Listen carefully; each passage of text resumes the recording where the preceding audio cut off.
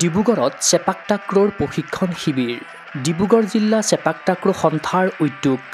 কে Ming লেন থৈবা সিনহাৰ প্ৰশিক্ষণ প্ৰদান। যোৱা 11 জুলাইৰ পৰা টিংখং কলেজ ST ইনডোৰ ষ্টেডিয়ামত অনুষ্ঠিত 10 দিনীয়া চেপাক টাক্ৰৰ প্ৰশিক্ষণ শিবিৰ শনিবাৰে অন্ত পৰিল। অসম চেপাক টাক্ৰ সন্থাৰ তত্বাৱধানত তথা ডিব্ৰুগড় জিলা চেপাক টাক্ৰ সন্থাৰ উদ্যোগত অনুষ্ঠিত এই শিবিৰত অংশগ্ৰহণ কৰিলে শতাধিক চেপাক টাক্ৰ খেলুৱৈয়ে। খেলুৱৈসকলক প্ৰশিক্ষণ প্ৰদান কৰিলে প্ৰাক্তন ৰাষ্ট্ৰীয় খেলুৱৈ তথা অভিজ্ঞ প্ৰশিক্ষক কে মিং লেন থৈবাই।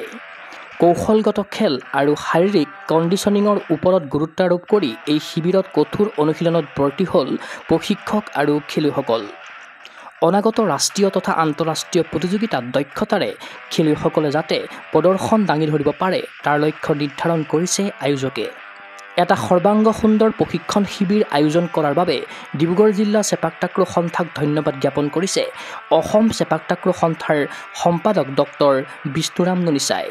তদুপৰি এই শিবিৰত অংশগ্ৰহণ কৰা প্ৰতিগৰাকী খেলুৱৈ তথা প্ৰশিক্ষকক শুভকামনা জনাইছে অসম চেপাক টাক্ৰ সন্থাৰ সভাপতি ভৱেশ কলিতাই। উল্লেখ্য যে অসম চেপাক টাক্ৰ সন্থাৰ বলিষ্ঠ নেতৃত্বত বৰ্তমান ৰাজ্যৰ গাঁৱে ভূঞে চহৰে নগৰে শিপাইছে চেপাক টাক্ৰ ইভেণ্টে। বহুল প্ৰচাৰ আৰু প্ৰসাৰতা লাভ কৰাৰ সমান্তৰালভাৱে ক্ৰমান্বয়ে চেপাক টাক্ৰ ক্ৰীড়াৰ প্ৰতি ধাউতি বাঢ়িছে নৱপ্ৰজন্মৰ। ৰাজ্যিক সন্থাটোৱে খেলুৱৈসকলক দক্ষ কৰি তুলিবলৈ ভৱিষ্যতে অসমৰ বিভিন্ন প্ৰান্তত এনে প্ৰশিক্ষণ শিবিৰ আয়োজন কৰিব বুলি জনাইছে অসম চেপাক টাক্ৰ সন্থাৰ সম্পাদক ডক্টৰ বিষ্ণুৰাম নুনিচাই। ক্ৰীড়া অনুৰাগীৰ আশা এনে প্ৰশিক্ষণ শিবিৰৰ আচলত ধৰি ক্ৰীড়াংগনত দোপতদোপে আগবাঢ়ি যাওক অসমৰ লগতে ডিব্ৰুগড় জিলাৰ চেপাক টাক্ৰ খেলুৱৈ।